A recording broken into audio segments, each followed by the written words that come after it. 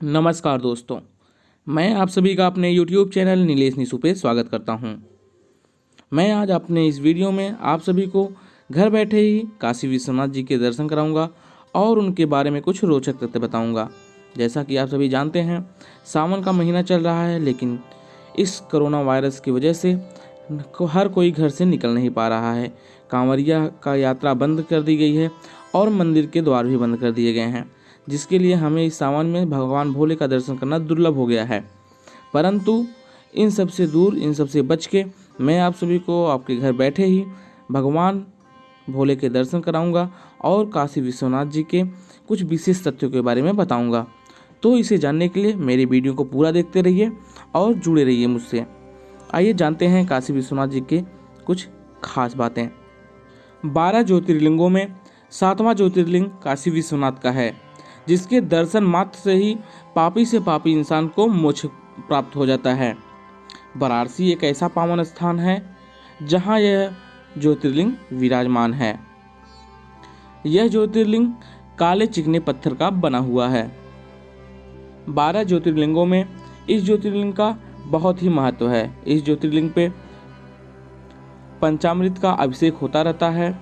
कहा जाता है कि मरते हुए व्यक्ति के कान में भगवान भोले यहाँ तारक मंत्र फूंक देते हैं, जिससे वह भवसागर को पार करके इस दुनिया से मोक्ष प्राप्त कर लेता है। यहाँ ऐसा भी कहा जाता है कि भगवान भोले के यहाँ होने की वजह से समय के अंतिम काल में भी वाराणसी शहर का कोई भी नुकसान नहीं होगा।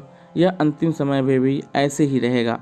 इसका प्रलय में अंत नहीं होना है, क्योंकि लोगों का मानना है कि उस प्रलय काल में भगवान शिव इस शहर को अपने त्रिशूल पर धारण कर लेंगे।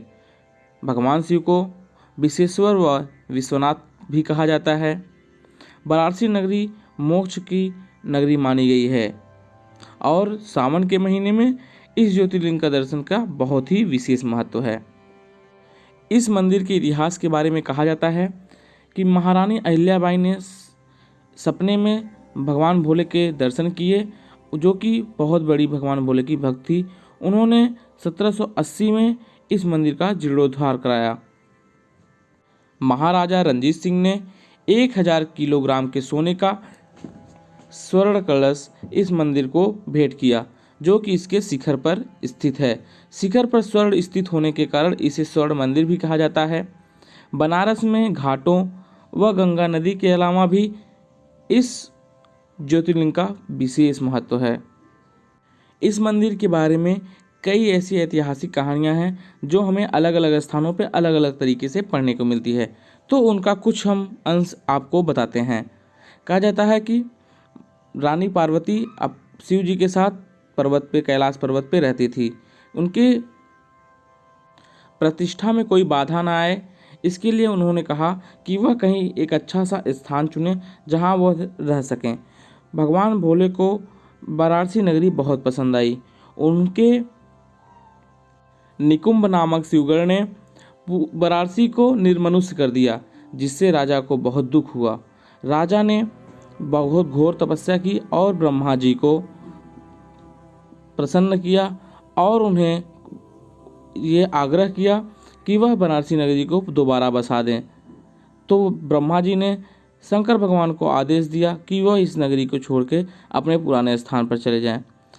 ऐसा तो हो गया, लेकिन कहा जाता है कि भगवान भोले ने अपने उस मोह को वाराणसी नगरी से त्याग नहीं पाए, जिसकी वजह से वो ज्योतिर्लिंग के रूप में आज भी वहाँ विराजमान हैं।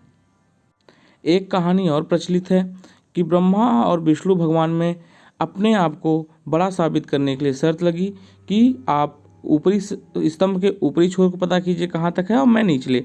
ब्रह्मा जी स्तंभ के ऊपरी छोर का पता लगाने अपने वाहन हंस पर बैठ कर निकल दिए और विष्णु जी नीचे ली। तभी स्तंभ से प्रकाश प्रकाशित होता है और जिसमें से भगवान शिव प्रकट होते हैं।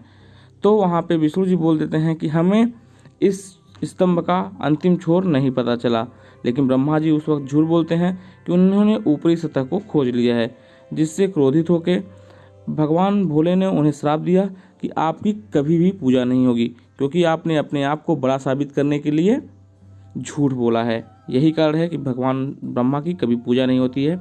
हमसे जुड़े रहिए, कुछ ऐसी वीडियो आपको दोबारा मिले।